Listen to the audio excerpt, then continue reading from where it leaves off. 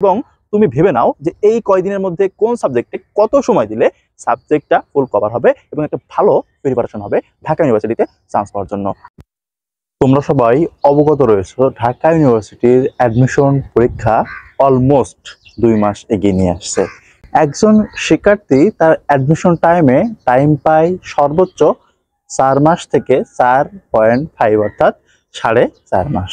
কিন্তু সামনে যেহেতু ফেব্রুয়ারিতে আমাদের জাতীয় নির্বাচন হওয়ার একটা কথা আছে, সেই পরিপ্রেক্ষিতে ঢাকা ইউনিভার্সিটি তার এই পরীক্ষাটা 2 মাস মতো এগিয়ে নিয়ে আসছে, যেটা হয়তো প্রশাসন মনে করতেছে তাদের জন্য বেস্ট হবে, কিন্তু যারা স্টুডেন্ট তাদের জন্য প্যারাদায়ক হয়ে যাবে। কেননা যেখানে টাইমে থাকে 4 মাস বা 4.5 মাস, সেখানে 2 মাস এগিয়ে আসা মানে দেখা যাবে যে একজন স্টুডেন্ট সর্বোচ্চ 3 মাস পাইতেছে।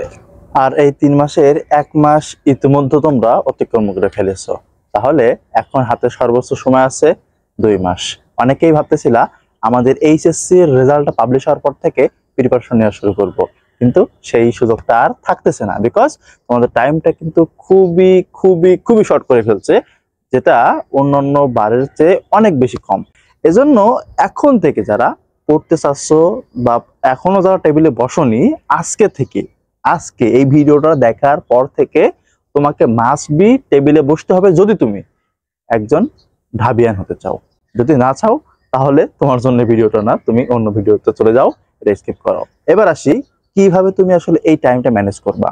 তুমি এতদিন পর্যন্ত যতটুকু পড়ে আসো সমস্যা নাই, এখন থেকে বা আজ থেকে তোমার কাজ যেগুলো হবে তার মধ্যে 1 নম্বর হবে তোমার রুটিনটা নতুন করে আপডেট করা। অর্থাৎ তুমি তো এতদিন একটা রুটিনে এগিয়ে যাচ্ছিলা যে আমি এটা এতদিনে শেষ করব, কিন্তু এখন যেহেতু টাইমটা শর্ট করে ফেলেছে, তোমার কাজ হবে ওই রুটিনে কোন সাবজেক্টটা সব থেকে বেশি এখনো তোমার কাছে উইক ফিল হয় সেই সাবজেক্টটাকে সর্বোচ্চ প্রায়োরিটি দেওয়া। সেই সাবজেক্টটাকে সর্বোচ্চ প্রায়োরিটি দিয়ে এরপরে কোন সাবজেক্টটা ওর থেকে একটু কম উইক আসো সেটাকে প্রাধান্য দেওয়া। এইভাবে করে করে করে তোমার যতগুলো সাবজেক্ট আছে তুমি প্রতি সাবজেক্টের জন্য একটি রুটিন তৈরি করে ফেলো এবং তুমি ভেবে নাও যে এই কয়দিনের মধ্যে কোন সাবজেক্টে কত সময় দিলে সাবজেক্টটা ফুল কভার হবে এবং একটা ভালো প্রিপারেশন হবে ঢাকা ইউনিভার্সিটিতে চান্স পাওয়ার জন্য।